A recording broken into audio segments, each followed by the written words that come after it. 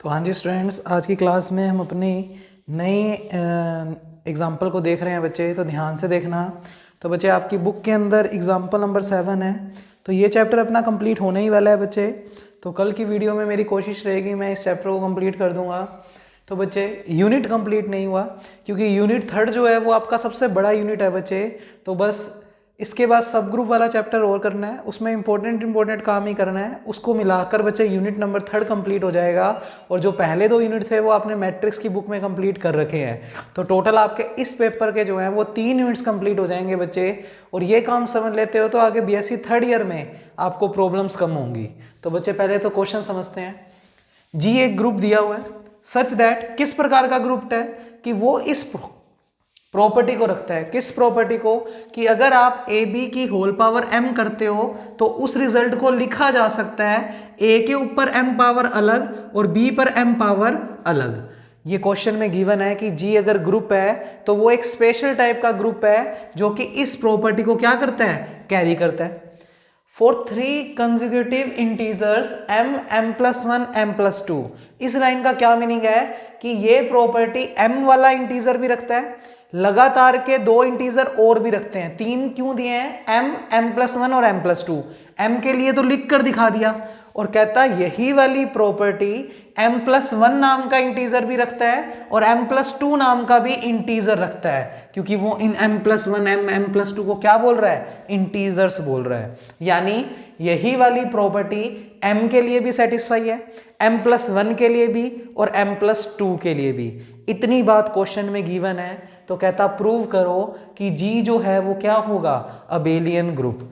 अब बच्चे ग्रुप तो दिया ही है, और अगर अबेलियन प्रूव कर रहा है तो सिर्फ और सिर्फ 5वीं प्रॉपर्टी यानी कॉम्यूटेटिव प्रॉपर्टी शो करनी है। तो लिखने का तरीका, सबसे पहले गिवन G एक ग्रुप है सच दैट, जो कि इस प्रॉपर्टी को सेटिस्फाई करता है, इसको इक्वेशन नंबर 1 बोल दिया। उसके अलावा गिवन है कि this result is true for consecutive integers m, m+1 and m+2। यानी यह वाला रिजल्ट m, m+1 और m+2 तीनों इंटीजर्स के लिए सेटिस्फाई है। तो m के लिए तो लिख ही चुके हैं, m+1 के लिए लिखेंगे तो सभी m की जगह क्या रख दोगे? m+1 इक्वेशन नंबर 2, और फिर m की जगह m+2 रख दोगे तो m+2 m+2 m+2 equation number 3। ये तीनों बातें गिवन है। तो कहता प्रूव करो कि G जो है वो कैसा ग्रुप होगा? अबेलियन। क्योंकि ग्रुप दिया हुआ है तो सिर्फ 5th प्रॉपर्टी यानी कॉम्यूटेटिव, तो AB बराबर क्या प्रूव करना है? BA। अब बस इस रिजल्ट को लेकर आना है। अगर ये आ गया तो क्वेश्चन खत्म हो जाएगा। तो बड़ा सिंपल सा क्वेश्चन है। अब ध्यान क्या रखना पड़ेगा, इस रिजल्ट को प्रूव करने के लिए आप सबसे बड़े इंटीजर यानी m+2 को बुलाएंगे। कहने का मतलब आप इक्वेशन 3 को बुलाएंगे। तो मैंने लिखा फ्रॉम इक्वेशन 3, मैंने इक्वेशन 3 को बुला लिया। तो इक्वेशन 3 है AB की power m+2 is equal to A की पावर m+2 B की पावर m+2। पूरा इक्वेशन 3 को बुला लिया। और एक्चुअल में कहूं तो इसको भी नहीं बुलाया।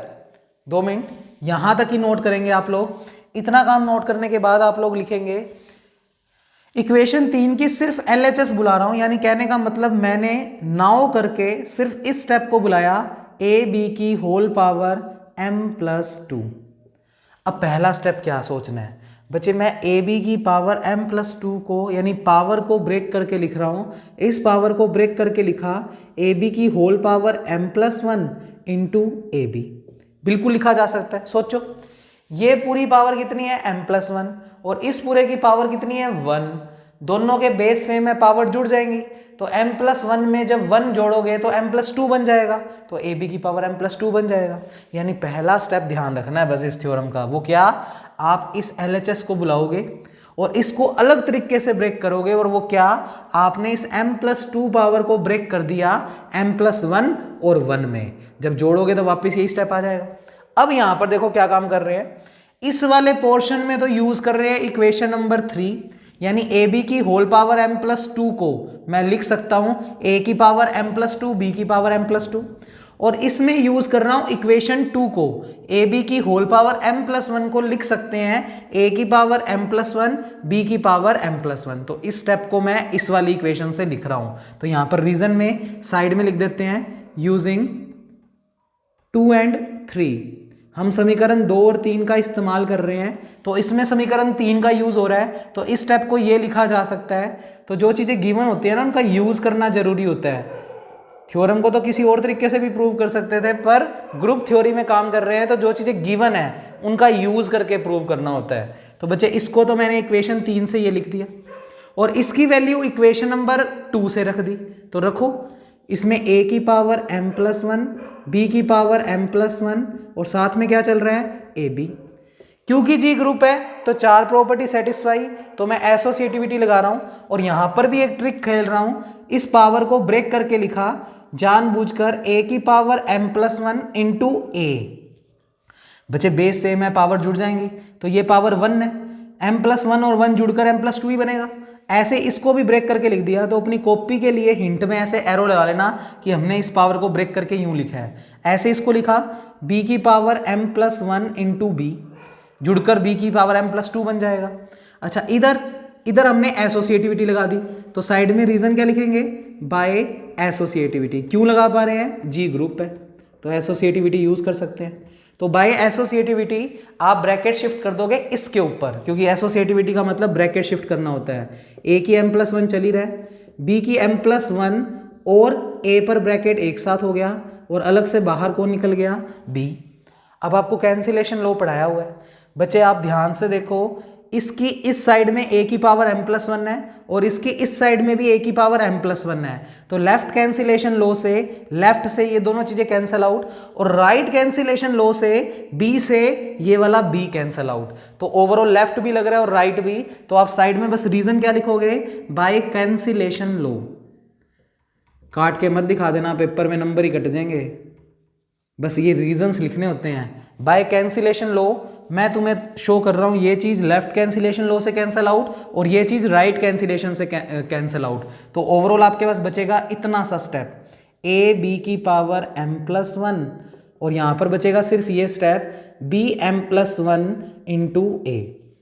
तो बच्चे वापिस देख ले इतना प्रोसीजर, मैंने इस स्टेप को बुलाया, इसको पावर को ब्रेक करके इस तरीके से लिखा, फिर इसमें इक्वेशन 3 का यूज करके वैल्यू रखी और इसमें इक्वेशन 2 का यूज करके वैल्यू रखी, फिर एसोसिएटिविटी लगा दी तो ब्रैकेट यहां पर शिफ्ट हो गया और यहां पर फिर से पावर्स को ब्रेक किया और यहां पर भी पावर को ब्रेक किया। फिर कैंसिलेशन लॉ लगाया तो यहां से ये कैंसिल आउट हो गया और b से b कैंसिल आउट हो गया। जो चीज बची वो ये और ये बची। अब मैं इस स्टेप को ऊपर लिखकर आगे सोल्व कर रहा हूं। आप अपने माइंड में इक्वेशन 1 2 3 को याद रख लो क्योंकि इसका यूज अभी होने वाला है। अब बच्चे यहां के बाद एक स्टेप ध्यान रखना है, आप मल्टीप्लाई करोगे दोनों तरफ a की पावर m से। क्यों, क्योंकि बच्चे ये a की पावर 1 है, मैं इस स्टेप को a की पावर m+1 बनाना चाहता हूं। तो मेरा मकसद इसको a की पावर m+1 बनाने का है, तो a की पावर m से क्या करना पड़ेगा, मल्टीप्लाई। अब इधर करूंगा तो इधर भी करना पड़ेगा, तो मैं यही लिख रहा हूं लाइन, मल्टीप्लाई बाय a की power m on both sides. आप दोनों तरफ a की पावर m का क्या कर देंगे, मल्टीप्लाई। तो मैं ऊपर से मिटो रहा हूं बच्चे, यहां तक का काम आप लोग नोट कर लें और अपने a की पावर m का मल्टीप्लाई इधर भी और इधर भी कर रहे हैं। और ये तीनों इक्वेशंस याद रखना, मैं यूज करने वाला हूं। तो क्वेश्चन में जी को अबेलियन प्रूव करना था, उसके लिए हम कुछ कैलकुलेशन करते जा रहे हैं और करते करते रिजल्ट पे पहुंच जाएंगे। तो a की m का मल्टीप्लाई कर दिया, तो मैं ये एक स्टेप एक्स्ट्रा दिखा देता हूँ। a की पावर m ये बाकी चल ही रहा है, a b की पावर m+1 इक्वल टू इधर भी a की पावर m का मल्टीप्लाई कर दिया और साथ में चल रहा है b m+1 into a। Element नहीं पलट सकते बच्चे, क्योंकि अबेलियन तो प्रूव करना है, तो हमें कभी भी परमिशन नहीं है कि मैं इन दोनों को यूं करके लिख दूं, मतलब a b की m+1 को b m+1 की इंटू a लिख दूं। एलिमेंट को आपस में पलट नहीं सकते क्योंकि वो तो प्रूव करना है, क्योंकि कॉम्यूटेटिविटी प्रॉपर्टी के पास ही ये ऑप्शन होता है कि दो एलिमेंट को पलट सकते हैं। अब वो चीज़ हमें गिवन नहीं है तो हम पलट नहीं सकते एलिमेंट्स को। अब सोचते हैं, एसोसिएटिविटी लगा दी तो यहाँ पर क्या लिखेंगे, साइड में बाय एसोसिएटिविटी।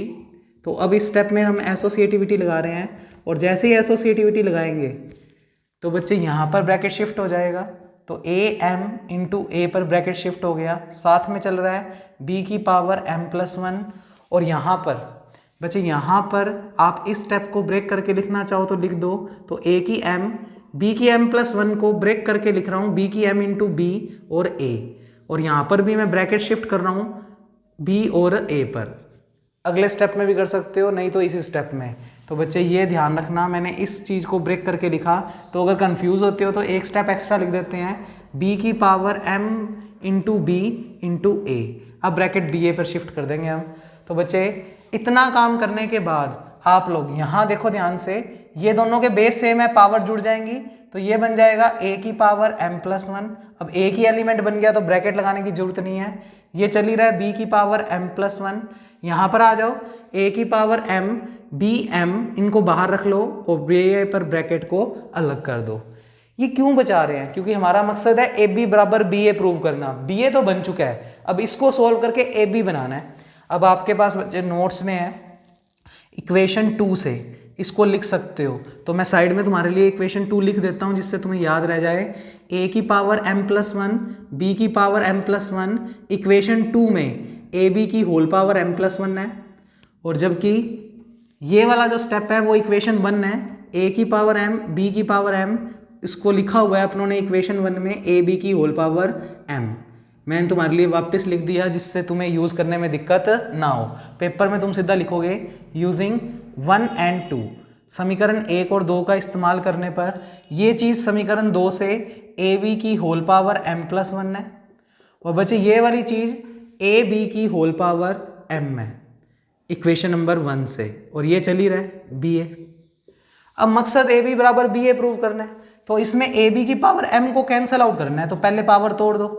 तो ये बन गया जी ए बी की whole power m into A B बराबर, ये चल ही रहा है ए बी की whole power m into B ए।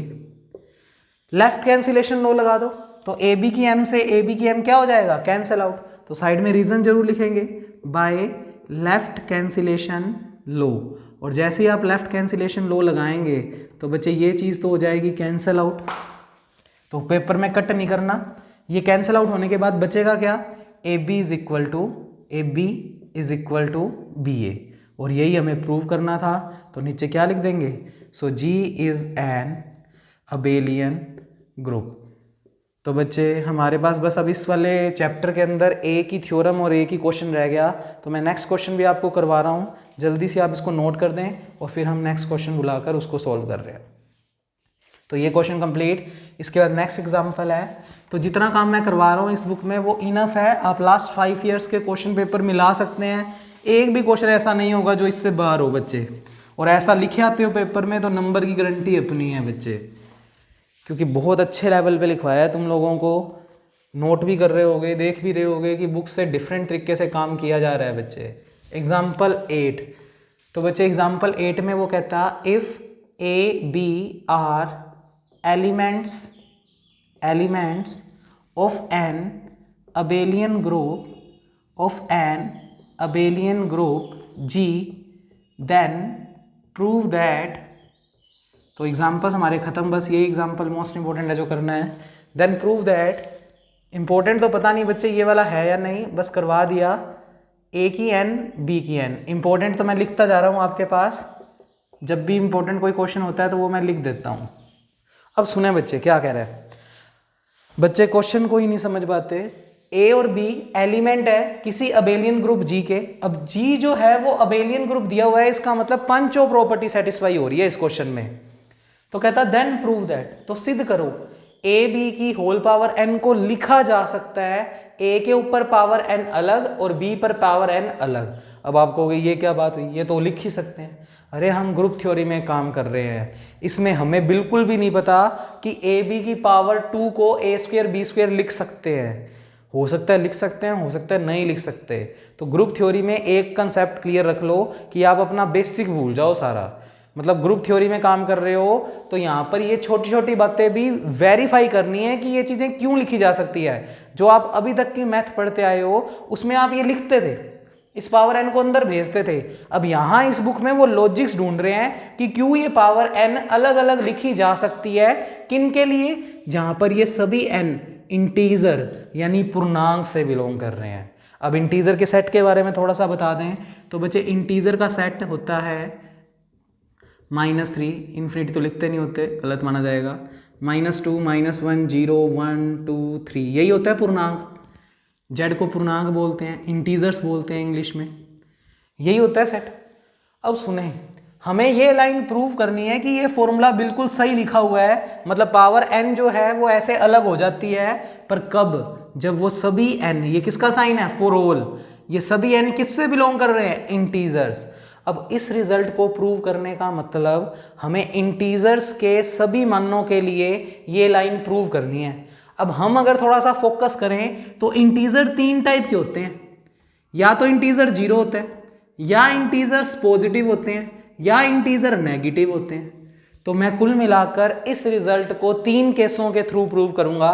पहले इंटीजर का मान मैं 0 लेकर प्रूव करूंगा कि ये लिखा जा सकता है, फिर पॉजिटिव इंटीजर के लिए भी ये चीज शो करूंगा लिखी जा सकती है, और फिर नेगेटिव इंटीजर के लिए भी शो करूंगा ये चीज लिखी जा सकती है। और अगर तीनों केसों में ये रिजल्ट आ गया तो इसका मतलब ये रिजल्ट सभी इंटीजर के लिए बिल्कुल सही है।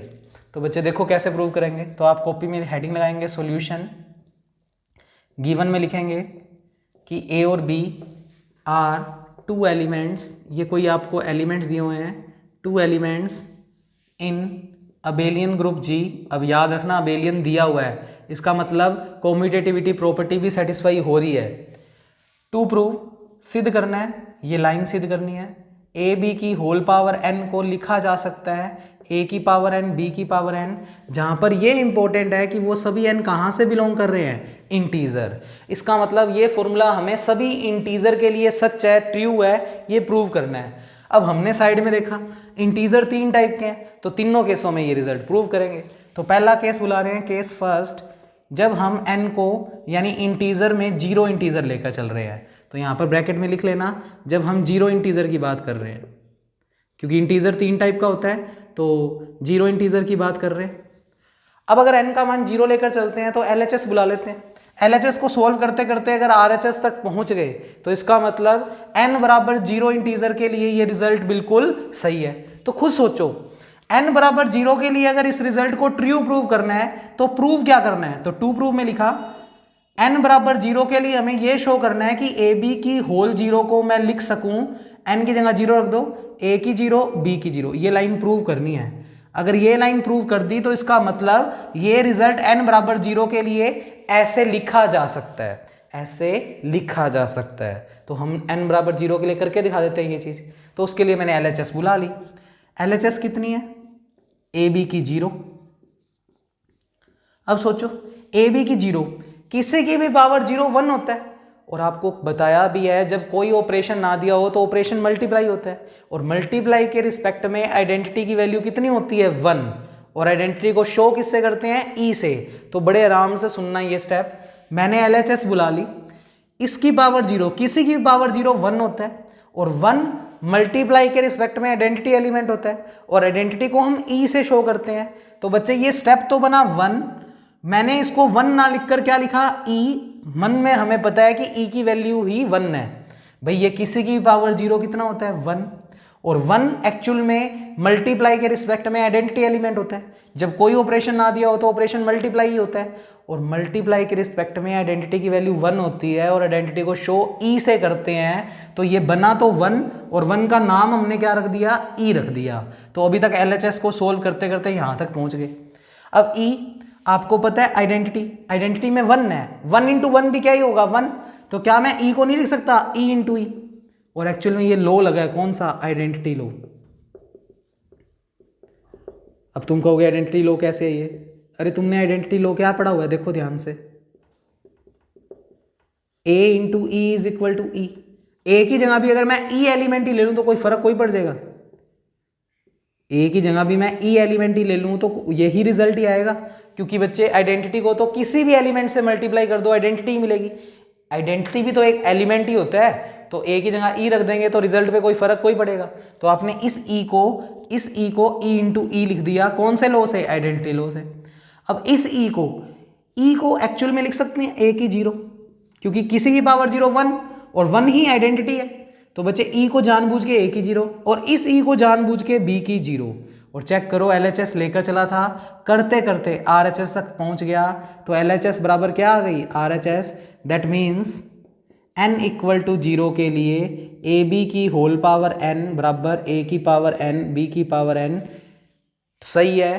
तो बच्चे n बराबर 0 के लिए तो ये रिजल्ट बिल्कुल सही है। नकली सा क्वेश्चन है, 0 के लिए इतना खास नहीं था। अब बात करते हैं जब n को पॉजिटिव इंटीजर यानी इन सभी इंटीजर्स की बात कर रहे हैं, और तीसरे केस में जब n को नेगेटिव इंटीजर लेकर चलेंगे। तो बच्चे यहां तक नोट कर दो, मैं मिटो रहा हूं और फिर अब मैं n बराबर पॉजिटिव इंटीजर के लिए आपको शो करूंगा कि ये रिजल्ट बिल्कुल सही है।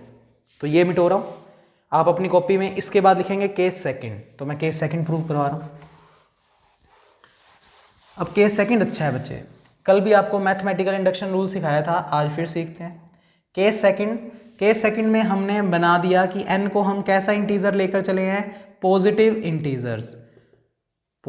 इंटीजर्स यानी हल्का सा शो करना चाहो तो ये सारे इंटीजर्स कवर कर लेगा 1 2 3 अप टू प्लस इन्फिनिटी। यानी इधर वाले सारे पॉजिटिव इंटीजर के लिए हम शो क्या करना चाहते हैं, ये रिजल्ट। तो प्रूव में तो अभी भी फिर से ये लाइन ए बी की होल पावर n को लिखेंगे a की n b की n, जहां पर n हम मानकर चल रहे हैं पॉजिटिव इंटीजर। z के ऊपर प्लस लगाने का मतलब यहां पर इस वक्त जो n है वो सिर्फ और सिर्फ पॉजिटिव इंटीजर्स हैं, यानी 1 2 3 अप टू कुछ भी, सिर्फ पॉजिटिव इंटीजर। तो ये लाइन पॉजिटिव इंटीजर के लिए शो करनी है। अब पॉजिटिव इंटीजर्स शुरू कहां से हो रहे हैं, 1 से, तो इसमें इंडक्शन मेथड लगा रहे हैं। तो for proving this result,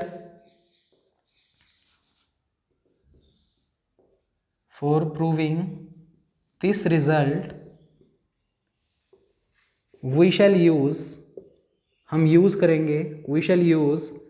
mathematical induction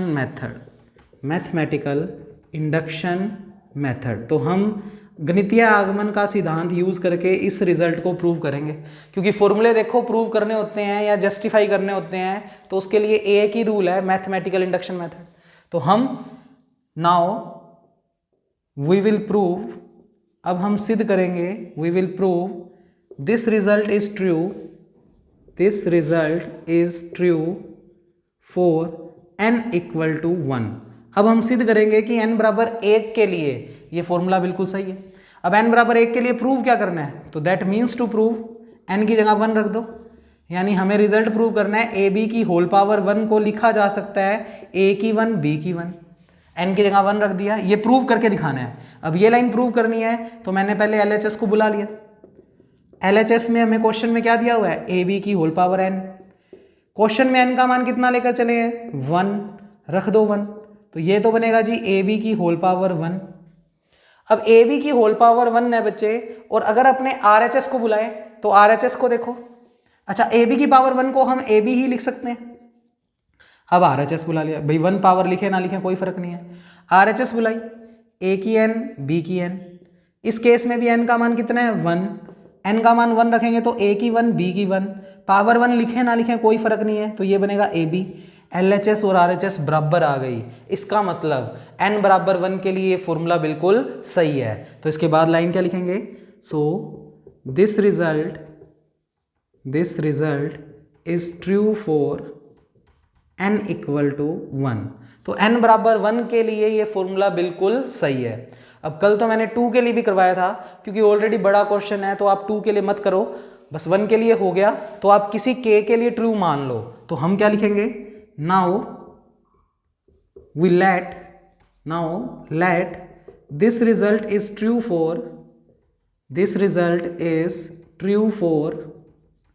n equal to k। हमने मान लिया, क्योंकि मैथमेटिकल इंडक्शन क्या कहता है, 1 के लिए ट्रू करो, k के लिए ट्रू मान लो और फिर k प्लस 1 के लिए ट्रू करो। अगर इन सब के लिए हो गया तो इन सभी पॉजिटिव सेट्स के लिए ये क्या हो जाएगा, रिजल्ट ट्रू हो जाएगा, तो k सेकंड खत्म हो जाएगा। तो n बराबर k के लिए ट्रू मान लेते हो तो फिर k के लिए क्या बनेगा ये रिजल्ट, a b की होल पावर n की जगह k रख दो, a की पावर k b की पावर k, इसको मार्क कर दो इक्वेशन नंबर 1। ये हमने मान ली अपनी तरफ से। अब प्रूव क्या करना है, to prove this result is also true for n equal to k plus 1। अब हमें n बराबर k प्लस 1 के लिए प्रूव करना है कि ये रिजल्ट बिल्कुल सही है। k प्लस 1 के लिए बनेगा क्या वो दिखाते हैं, दैट मीन्स टू प्रूव, इसका मतलब हमें क्या सिद्ध करना है, n की जगह k+1 रख दो, ए बी की k+1 इक्वल टू लेकर आना है a की k+1 b की k+1। अगर ये प्रूव कर पाए तो प्रूव हो जाएगा कि k+1 के लिए भी ये फॉर्मूला बिल्कुल सही है। अब k+1 के लिए भी अगर हो गया तो आप ओवरऑल कह सकते हो कि सभी पॉजिटिव इंटीजर के लिए इंडक्शन मेथड से हमने बता दिया कि ये फॉर्मूला बिल्कुल सही है। तो अब मकसद बस इसको इसके बराबर प्रूव करने का है। तो मैं LHS बुला रहा हूँ और करते करते RHS तक पहुँच जाऊँगा। तो बच्चे मैं यहाँ से मिटो रहा हूँ, तो आप लोग पोज करके इसको नोट कर लें यहाँ तक। और अब अपने LHS बुलाकर सोल्व कर रहे हैं। तो LHS बुलाई हमने, LHS में है तो आप अपनी कॉपी में यहाँ से नोट करेंगे ए बी की होल पावर k+1, LHS बुला ली। अब बच्चे इस पावर को पहले ब्रेक करके लिखा, तो ए बी की होल पावर k अलग और ए बी की पावर 1 को अलग। अब बच्चे ए बी की पावर k, इसकी वैल्यू इक्वेशन 1 में गिवन है, तो यूजिंग 1 समीकरण 1 का इस्तेमाल करने पर इसको लिख सकते हो a की k b की k, साथ में क्या चल रहा है ए बी, पावर 1 को लिखने की जरूरत नहीं है। एसोसिएटिविटी लगा दो क्योंकि ग्रुप है, वैसे तो बेलियन ग्रुप है, तो एसोसिएटिविटी लगाई तो ब्रैकेट इस पे शिफ्ट हो गया, तो a की पावर k b की power k into a into b। क्योंकि इस बार अबेलियन है तो ये बड़ा मेन चीज दे रखा था जी, हमें अबेलियन दिया हुआ है तो इसका मतलब कॉम्यूटेटिविटी प्रॉपर्टी भी सेटिस्फाई। तो कॉम्यूटेटिव का मतलब किन्हीं भी दो एलिमेंट को पलट सकते हो, तो इनको पलट दो, तो a की पावर k, इसको पलट कर क्या लिखोगे a b की पावर k, मतलब a को पहले b की k को बाद में, क्योंकि कॉम्यूटेटिविटी क्या होती है a इंटू बी को b इंटू a। अब उसमें यह मतलब नहीं होता a b को ही b a लिख सकते हैं, इन टाइप के एलिमेंट को भी पलट सकते हैं, बस कॉम्यूटेटिव का मतलब पलटना। तो हमने एलिमेंट्स को पलट दिया, ये b चल ही रहे। फिर एसोसिएटिविटी लगा दो, तो बाय एसोसिएटिविटी, और जैसे ही एसोसिएटिविटी लगाओगे तो ब्रैकेट इस पे शिफ्ट कर दो, तो ये a के a को एक साथ कर दिया, मतलब a वालों को एक साथ b वालों को एक साथ। बच्चे ये पावर k और ये पावर 1 है, जुड़कर a की पावर k+1, और ये भी पावरें जुड़कर b की पावर k+1। चेक करो, यही चाहिए था। तो ये इक्वल टू में क्या आ गई RHS, तो LHS इक्वल टू क्या आ गया RHS। दैट मीन्स सभी पॉजिटिव इंटीजर के लिए ये फॉर्मूला बिल्कुल सही है। तो इसके बाद लिखोगे सो दिस रिजल्ट इज ट्रू। तो बच्चे ये क्वेश्चन भी खत्म होने वाला है, बस अब एक थ्योरम रहेगी फिर ये चैप्टर खत्म। कल मैं इस चैप्टर को खत्म कर दूंगा। इसके बाद लिखेंगे so this result is true for n equal to k+1। तो बाय इंडक्शन या मैथमेटिकल इंडक्शन मेथड पूरा लिख देना, बाय इंडक्शन मेथड आप कह सकते हो this result is true for, this result is true for all natural number. अब नेचुरल नंबर तो पॉजिटिव ही होते हैं, 1 से शुरू होते हैं अप टू इन्फिनिटी, और वही हमारे पॉजिटिव इंटीजर भी हैं। तो ओवरऑल आप कह सकते हो a b की होल पावर n बिल्कुल सही है, a की पावर n b की पावर n लिख सकते हैं for all n belongs to positive integer. देखो n belongs to natural number तो इंडक्शन मेथड से आ गया, और नेचुरल नंबर 1 से इन्फिनिटी वही हमारे पॉजिटिव इंटीजर भी हैं 1 से इन्फिनिटी। तो कुल मिलाकर ये रिजल्ट n बराबर सभी पॉजिटिव इंटीजर के लिए बिल्कुल सही है। अब हम इस फॉर्मूले को n बराबर 0 के लिए भी ट्रू कर चुके हैं, सभी पॉजिटिव इंटीजर्स के लिए भी कर चुके हैं। अब याद रखना कि सभी पॉजिटिव इंटीजर के लिए ये चीज बिल्कुल सही है, यानी अगर कोई भी इंटीजर पॉजिटिव है तो हम उसकी पावर जब भी वो वाला करेंगे तो उस पावर को अलग अलग कर सकते हैं। अब प्रूव कर रहे हैं सभी नेगेटिव इंटीजर, मतलब इस पोर्शन के लिए। तो मैं बच्चे सारा मिटो रहा हूँ और केस थर्ड प्रूव कर रहा हूँ, तो मैं पूरा मिटो रहा हूँ बोर्ड। और वो जो नीचे नीचे लाइन लिखी हुई है ये वाली, ये इंपॉर्टेंट है, इसका यूज अब करूंगा केस थर्ड में, तो इसलिए मैंने उसको नहीं मिटोया। तो देखें हेडिंग लगाएंगे केस थर्ड। केस थर्ड बनाया if n is a negative integer. अगर हम n को क्या ट्रीट करें नेगेटिव इंटीजर, और तुम अपनी कॉपी में जरूर लिख लेना नेगेटिव इंटीजर का मीन्स -∞ से -1 तक की वैल्यूज। सभी नेगेटिव इंटीजर्स की बात कर रहे हैं कि उसके लिए भी हमें प्रूव क्या करना है, ये वाला फॉर्मूला, मतलब ए बी की होल पावर n बराबर होता है a की पावर n b की पावर n, जहां पर हम किन n की बात कर रहे हैं? जो कि नेगेटिव इंटीजर से बिलोंग कर रहे हैं। अब देखते हैं बच्चे, ये वाला फॉर्मूला हमें सभी नेगेटिव इंटीजर्स के लिए और प्रूव करना है। अगर हो गया तो ओवरऑल तीनों केसों से हमने प्रूव कर दिया कि ये फॉर्मूला सभी इंटीजर्स के लिए लिखा जा सकता है। अब इसकी कैलकुलेशन थोड़ी सी अलग रहेगी। नेगेटिव इंटीजर्स के लिए प्रूव करना है तो हम n को क्या मानकर चले हैं? Negative integer. तो लिखा हमने, क्योंकि n is a negative integer. अगर n एक नेगेटिव वैल्यू है तो हमने n को कुछ मान लिया, n को मान लिया माइनस का m, जहां पर m को मान लिया ग्रेटर देन 0 या बेटर पॉजिटिव इंटीजर। लाइनों को समझो, क्या लाइन लिखी? इस केस में n क्या चल रहा है? Negative integer. नेगेटिव इंटीजर का मतलब n का मान -3 होगा, -2 होगा, -1 होगा। तो हमने n को एक नाम दे दिया, क्या नाम दे दिया? -m। और जहां पर m को हमने मान लिया कि वो कहां से आ रहा है? सभी पॉजिटिव इंटीजर से। अब पॉजिटिव इंटीजर का मतलब m का मान क्या हो सकता है? यहां पर नीचे लिखना चाहो तो m जो है वो पॉजिटिव इंटीजर है, यानी 1 2 3 अप टू इन्फिनिटी।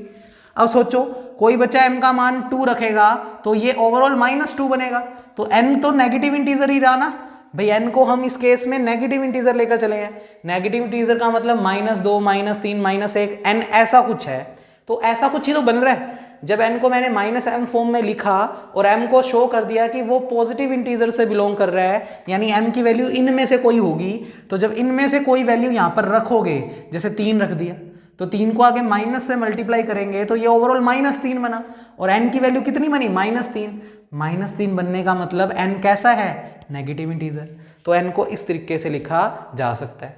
अब हमें प्रूव क्या करना है? देखो ध्यान से, अगर n की वैल्यू -m यहाँ पर लिखें तो इसका मतलब लाइन क्या प्रूव करनी है? a b की होल पावर -m को शो करना है a की पावर -m b की पावर, या ऐसे छोड़ो बस, क्यों बढ़ाएं क्वेश्चन को। n बराबर -m लेट कर लिया, LHS बुला लो, RHS प्रूव कर देंगे। तो LHS में क्या है? LHS बुलाया a b की होल पावर n। इस केस में n को हम क्या मानकर चले हैं? -m। हमने लिखा है n को -m, रख दो। n की जगह -m रखोगे तो a b की होल पावर क्या हो जाएगी? -m। अब इस स्टेप को ट्रिक से लिखा, इसको बिल्कुल ऐसे लिख सकते हैं, a b की होल पावर m और इस पूरे की पावर -1। भाई -1 और m आपस में मल्टीप्लाई में थे, तो मैंने m को तो कर दिया अंदर और -1 को कर दिया बाहर। एक बार इसको वापस करो तो ये बनेगा -m ही, तो वापस यही बन जाएगा ना स्टेप। तो जानबूझकर m को पहले लिखा और -1 को बाद में लिखा। लिख सकते हैं, पावर्स में तो कर ही सकते हैं आगे पीछे। एलिमेंट को कर सकते हैं नहीं, वो तब कर सकते हैं जब अबेलियन दिया हो, पर पावर्स को तो कर ही सकते हैं, ये तो इंटीजर्स हैं, इंटीजर्स तो कॉम्यूटेटिव होते ही हैं। तो ये स्टेप करने के बाद a b की पावर m, अरे ये m कहाँ से बिलोंग कर रहा है? Positive integer. तो यहाँ पर लिखोगे ये m कहाँ से बिलोंग कर रहा है? Positive integer. और अभी अभी प्रूव किया है, जो भी बंदा पॉजिटिव इंटीजर से बिलोंग करता है उसके लिए ये रिजल्ट बिल्कुल ट्रू है। तो यहां पर लिखेंगे बाय केस सेकंड या using case second. Case second क्या था? सभी पॉजिटिव इंटीजर के लिए ये रिजल्ट ट्रू है। तो m कहां से बिलोंग कर रहा है? Positive integer. अगर m पॉजिटिव इंटीजर से बिलोंग कर रहा है तो उसके लिए तो ये रिजल्ट सही है, यानी यहां पर n की जगह m रख सकते हैं हम, क्योंकि n कोई भी पॉजिटिव इंटीजर है। तो m कोई भी पॉजिटिव इंटीजर है तो उसके लिए तो ये केस सेकंड से बिल्कुल ट्रू है। तो इतने रिजल्ट को इसको देखते हुए लिखा a की पावर m और b की पावर m, यानी पावर्स को अलग अलग कर सकते हैं। कब? जब वो बंदा पॉजिटिव इंटीजर हो, क्योंकि उसके लिए हम ये रिजल्ट प्रूव कर चुके हैं। अच्छा, पूरे की पावर क्या चल रही है? -1। अब मेन लाइन, हमें क्वेश्चन में g अबेलियन दिया हुआ है, और अगर g अबेलियन है तो कॉम्यूटेटिविटी प्रॉपर्टी सेटिस्फाई। तो बाय कॉम्यूटेटिव प्रॉपर्टी, तो इनको साथ साथ पढ़ोगे तो याद हो जाएंगी। कॉम्यूटेटिविटी प्रॉपर्टी लगा दो, तो एलिमेंट्स को पलट दो, तो b की m a की m, पावर क्या चल रही है? -1। तुम्हें थोड़े दिन पहले रिवर्सल लॉ पढ़ाया था और मैं लिख देता हूं बाय रिवर्सल लॉ। हल्का सा मैं याद करवाऊं तो रिवर्सल लॉ था ए बी की inverse is equal to, reversal law का मतलब पावर पहले इस पे लगेगी, बी इनवर्स ए इनवर्स। तो यहां देखो, अगर रिवर्सल लॉ का यहां पर यूज करते हो तो तुम पेपर में सीधा लिखोगे यहां पर बाय रिवर्सल लॉ, तो ये तो मैंने तुम्हें याद करने के लिए बताया है। यहाँ पर रिवर्सल लॉ लगाओगे तो इस पे पहले लगेगी पावर, फिर इस पे लगेगी, तो ए एम की पावर -1 और बी एम की पावर -1। अब इस -1 पावर को साथ में लिख दो, तो ये बना a की -m, b की -m, और -m की वैल्यू कितनी है n, तो साइड में क्या लिखेंगे, क्योंकि n को हमने क्या मान रखा है -m, तो आप -m की जगह क्या रख दोगे, n रख दोगे। तो देखो स्टेप क्या बनेगा, -m को अगर n रख देंगे तो a की पावर n, और यहां पर भी -m को n रख देंगे, तो ये बन गया जी a की पावर n, b की पावर n, जो कि RHS है। LHS लेकर चला, तरीके से कैलकुलेशन की और RHS तक पहुंच गया। तो बच्चे इसका मतलब सभी नेगेटिव इंटीजर्स के लिए भी ये रिजल्ट बिल्कुल ट्रू है। तो नीचे क्या लिखोगे, सो this result is true, so this result is true for all negative integer, all negative integer. तो ये वाला फॉर्मूला नेगेटिव इंटीजर्स के लिए भी ट्रू है। तो ओवरऑल आप क्या लिखोगे, तो लास्ट में लाइन लिखनी है, from case first second and third, from case first second and third, A B की होल पावर n लिखा जा सकता है a की n b की n for all n belongs to integer. अब ना तो प्लस लगाएंगे ना माइनस, और फॉर ऑल लगा दिया, इसका मतलब n बराबर 0 और सभी पॉजिटिव और सभी नेगेटिव, इन सभी इंटीजर्स के लिए ये रिजल्ट बिल्कुल ट्रू है। तो बच्चे आज की क्लास में इतना ही। तो थैंक यू क्लास, हम नेक्स्ट क्लास में नेक्स्ट लेक्चर करेंगे। Okay, thank you.